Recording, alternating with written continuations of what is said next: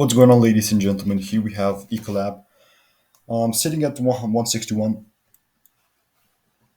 As you can see, this past week we have been down like, I believe, yeah, we were super bearish around 219%.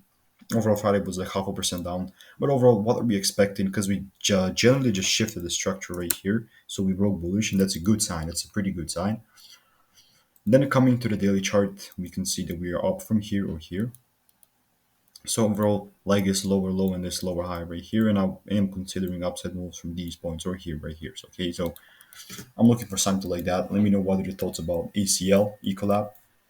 That's generally about it for the video about ECL, but also keep in mind that you should definitely be looking at the fundamental side of things. As you can see, we have a dividend right here on 19th of September. It's like 15 days um, from now, but yeah, that's generally about it. Have a wonderful day. Goodbye.